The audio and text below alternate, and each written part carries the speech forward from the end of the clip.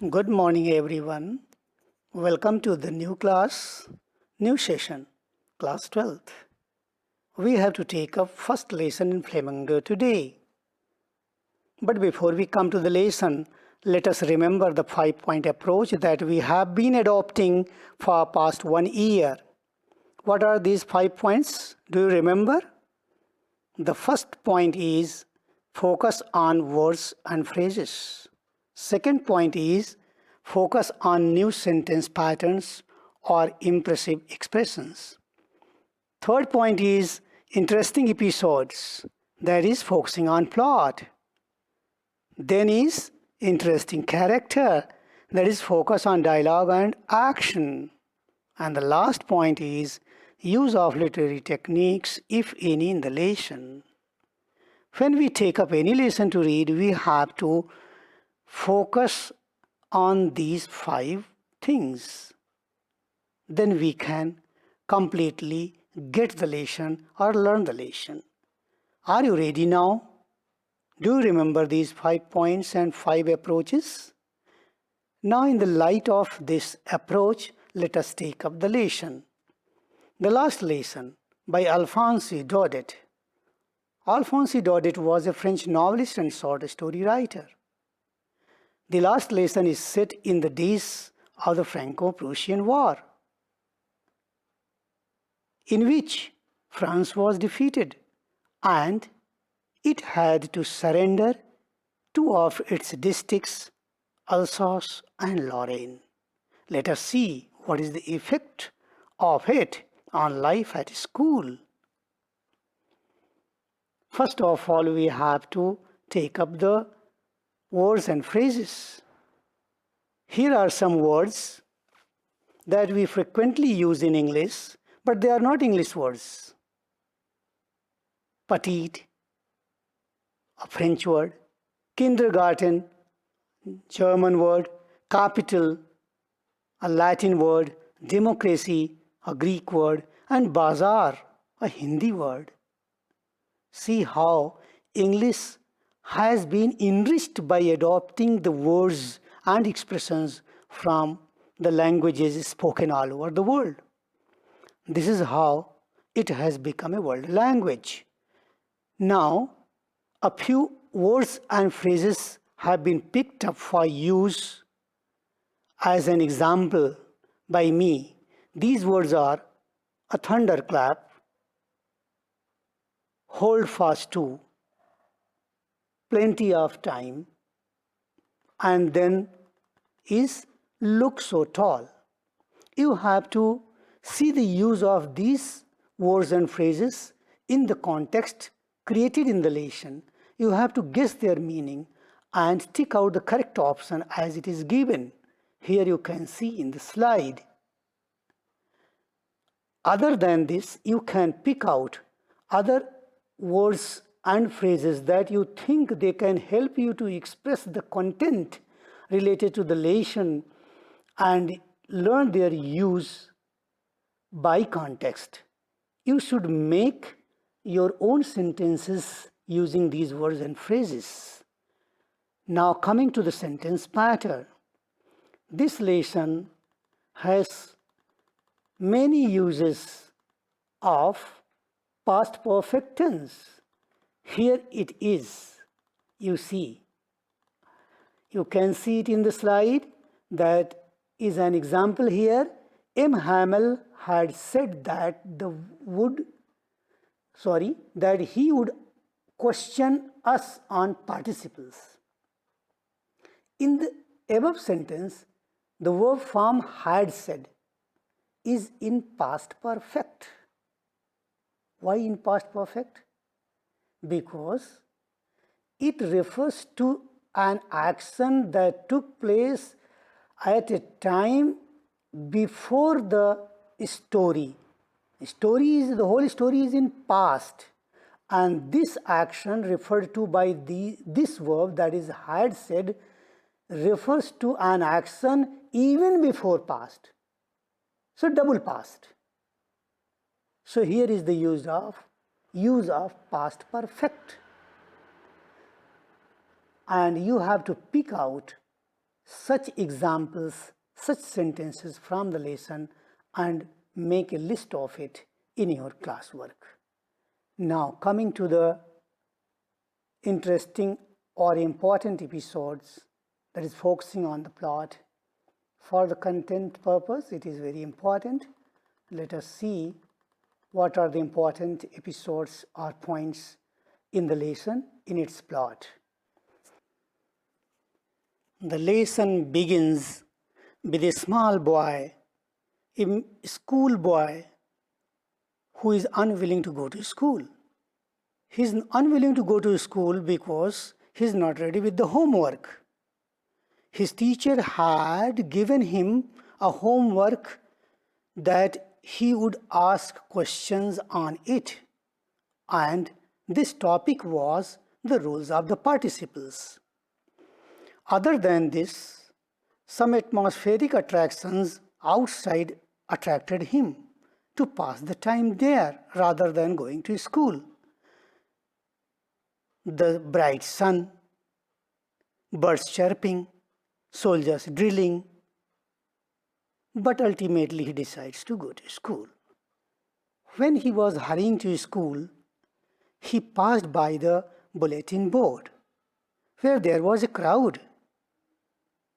He did not stop there, but still he was thinking what was the crowd for. He also remembered that most of the bad news had been there through that bulletin board for past 2 years. Somehow he reached the school. When he reached the school, there was an unusual air in the school. He saw that there was silence all over. It looked like Sunday morning. There was no sound of closing and opening of the desks. There was no sound of the teacher's ruler rapping on the table. There was no sound of the lessons repeated in unison. So in this surprise and fright, he reached his classroom. There he found that everybody was sitting. Everybody was there in the class. And teacher welcomed him very friendly. He did not rebuke him that day, and he was happy. He went into the room, occupied his seat. Then he noticed that his teacher M. Hamel was in his new dress. That was again surprising for him. When he looked back, he found the villagers occupying the back benches in the class. That still surprised him. With all this, he was sitting in the class that M. Hamel mounted on his chair and he started his lesson. He declared that this was going to be the last lesson in French because orders from Berlin had come to teach German in place of French in the schools of Alsace and Lorraine. This was a thunderclap for French. He was very much upset, very much disturbed. Why this happened so? He could hardly speak and write his language. He was guilty that he did not pay attention to his language. Now, he was thinking like this that M. Hamel began his lesson with questions on participles as per the homework. And the turn of Franz came. He stood up. He wanted to say each and everything so clearly, but he stuck in the beginning as well. He could not say the rules of the participles. He was very much sorry. He bowed his head. But M. Hamel that day again forgave him. He started saying that he was not the only one to be blamed. Everybody was to be blamed for non-learning of the language. First of all, he blames that guardians are not very much interested to have their wards learn their language. They preferred to send their children to the farms for making money rather than sending them to the school. He himself was to be blamed because when he was not interested to teach, he would give leave to the students and he would go for fishing. Sometimes he would send the children to water his flower beds. And after all, the Alsace had this problem that they put off their learning. They postpone their learning for tomorrow. Saying all this, he comes to the importance of the language.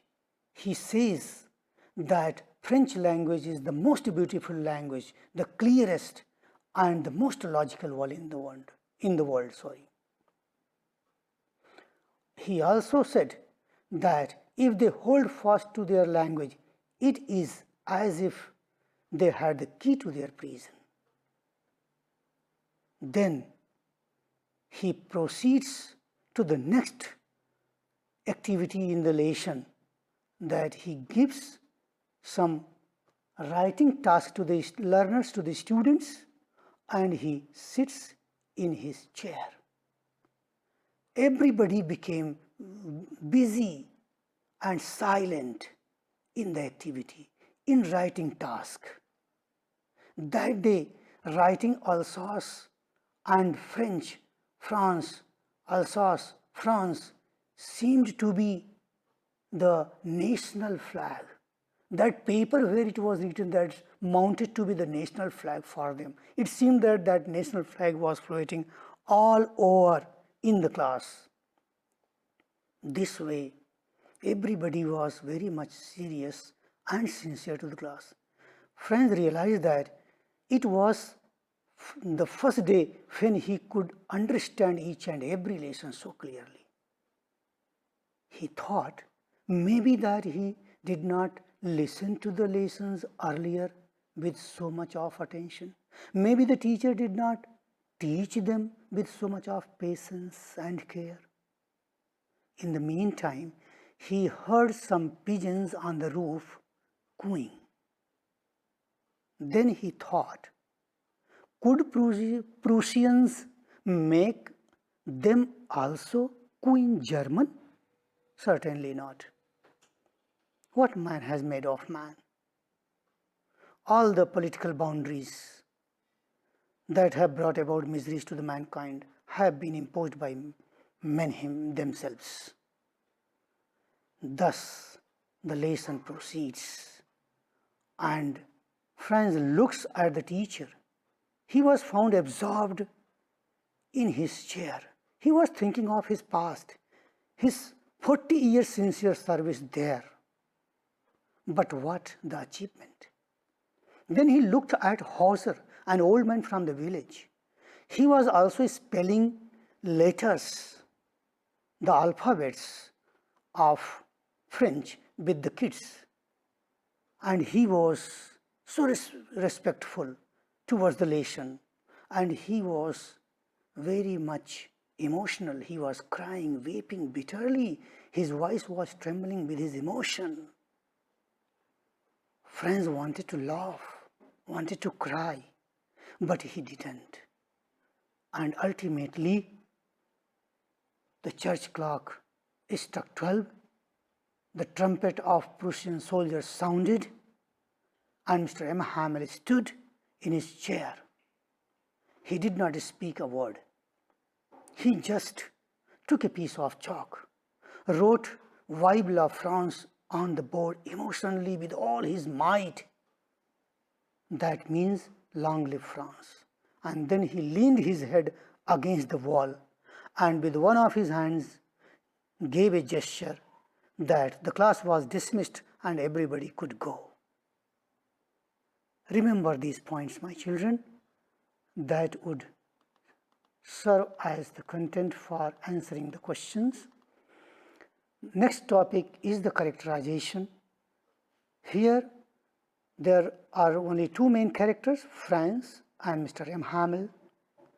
The most important character, or we can say the more important out of these two, is the change, psychological change that takes place in Franz when he heard that this was going to be the last lesson. So you have to read once again and find out the changes, how his attitude towards learning, books and teacher changes after it was declared that this was going to be the last lesson in the French, and write down in your own words in homework. The last point, let me summarize the theme. The theme of the lesson is the pain inflicted by the conquerors on the people who are conquered by snatching their right to learn their language. Another central topic is linguistic chauvinism. See the spelling of chauvinism? Chauvinism. Chauvinism, but it is pronounced as chauvinism. Chauvinism means aggressive and unreasonable pride in one's own country. Linguistic chauvinism means the same kind of pride if you carry in your language, for your language, as we also do during Hindi Pakhwada. We become so much emotional about our language, about our nation. And after that, at last, I would suggest you that you should take up all the in-text questions to answer them in classwork. Thank you very much.